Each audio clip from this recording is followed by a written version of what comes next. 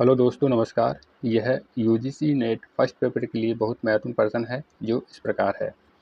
पहला प्रश्न, ओजोन परत जो हमें नुकसानदेह पराबैंगनी किरणों से बचाती है, यह स्थित होती है सौरमंडल में, समताप मंडल में, मध्य मंडल में, आयनमंडल में। तो इसका सही आंसर होगा समताप मंडल में। अगला प्रश्न, सभी संत भौतिकवादी है, सही है, तो निम्नलिखित में से कौन सा कथन सही माना जा सकता है? कोई भी संत भौतिकवादी नहीं है, कुछ संत भौतिकवादी है, कुछ संत भौतिकवादी नहीं है, कुछ भौतिकतावादी संत नहीं है। तो इसका सही आंसर होगा कुछ संत भौतिकवादी है। अगला प्रश्न,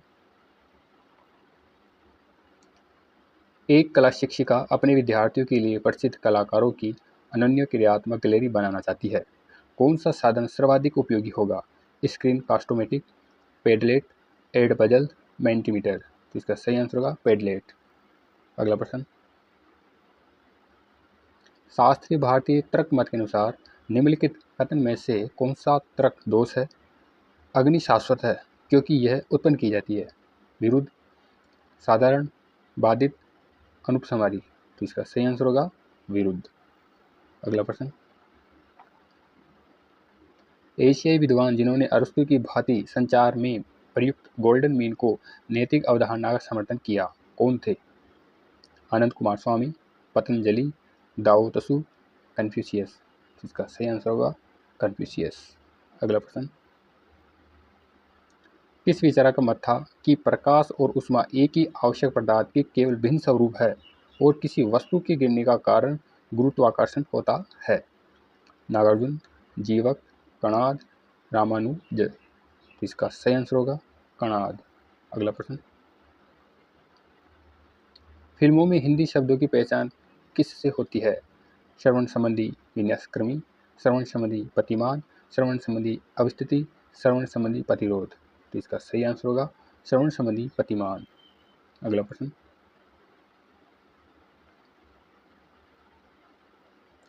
जब शोधकर्ता ऐसे अभिकल्पों का प्रयोग करता है जिसमें बहुविध समूह की आवश्यकता पड़ती है, इस हेतु सर्वाधिक सामान्य रूप से प्रयुक्त होने वाला परीक्षण कौन सा है?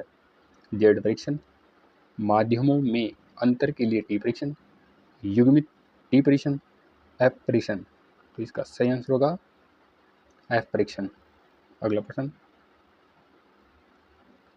यदि आपके मित्र का मोबाइल नंबर बदल जाता है और आप अक्सर उसके पुराने नंबर पर फ़ोन करते हैं, यह उदाहरण है अधिगम का सकारात्मक अंतरण, अधिगम का नकारात्मक अंतरण, अधिगम का शून्य अंतरण, अधिगम का द्विपक्षीय अंतरण। इसका सही आंसर होगा अधिगम का नकारात्मक अंतरण। अगला प्रश्न, नई शिक्षा नीति की विकास संबंधी समिति ने किसके लिए परिषद गठित करने का सुझाव दिया था? निजी विश्वविद्यालय, विदेशी विश्वविद्यालय, शैक्षिक नवाचार, उच्च शिक्षा में उत्कृष्टता। तो इसका सही आंसर होगा उच्च शिक्षा में उत्कृष्टता। अगला प्रश्न, कौन सा वायु प्रदूषण प्रकाश रासायनिक ध्रुव कोरे के निर्माण में सहायता करता है? कार्बन मोनोऑक्साइड, मीथेन, सल्फर के ऑक्साइड, कोई नहीं। तो इसका सही आंसर होगा कार्बन मोनोऑक्साइड। अगला प्रश्न, मूल्यांकन हेतु अनुष्ठान क्रम के प्रयोग का लाभ निम्नलिखित में से कौन सा है? ग्रेडिंग की महत्तर सुगमता, ग्रेडिंग में बढ़ी हुई सुसंगतता, बढ़ी हुई व्यक्तिपरकता, महत्तर परीक्षण सुरक्षा। तो इसका सही आंसर होगा ग्रेडिंग में बढ़ी हुई सुसंगतता। अगला प्रश्न, प्रश्न जो एक माप की अवधारणा के लिए अभिकल्पित किया गया है, क्या वह वास्तविक रूप से उस अवधारणा को अभिव्यक्त करता है? यह किससे संबंधित है? मापन वैधता, परिस्थितिकीय वैधता, आंतरिक वैधता, बाहरी वैधता। तो इसका सही आंसर होगा मापन वैधता। अगला प्रश्न,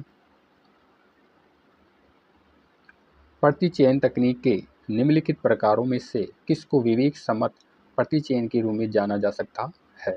कोटा प्रतिचयन, सुविधानुसार प्रतिचयन, संगुच प्रतिचयन, संप्रयोजनात्मक प्रतिचयन। तो इसका सही आंसर होगा संप्रयोजनात्मक प्रतिचयन। अगला प्रश्न, व्यवसायों को इंटरनेट का प्रयोग करने से होने वाला लाभ क्या है? सैटेलाइट रेडियो के प्रयोग में सरलता, आपूर्तिकर्ताओं के साथ त्वरित संपर्क, विनिर्माण की विधियों में सुधार, सड़क पर कर्मचारी से बात करने की क्षमता। तो इसका सही आंसर होगा आपूर्तिकर्ताओं के साथ त्वरित संपर्क। अगला प्रश्न, राजनीतिक दल के प्रसारण को क्या माना जाता है? पहला पाठ, बद्य पाठ, लंबा पाठ, उदार पाठ। तो इसका सही आंसर होगा बद्य पाठ। अगला प्रश्न, नई शिक्षा नीति की विकास संबंधी समिति ने सिफारिश की थी कि भारत में किसी भी विश्वविद्यालय में किससे अधिक कॉलेज समृद्ध नहीं होनी चाहिए, 52 से, 60 से, 75 से, 100 से। तो इसका सही आंसर होगा 100 से। अगला प्रश्न, जो व्यक्ति लोगों और उनके द्वारा सर्जित और प्रयुक्त मीडिया प्रौद्योगिकियों के बीच के सहजीवी संबंध का अध्ययन करता है उसे किस नाम से जाना जाता है?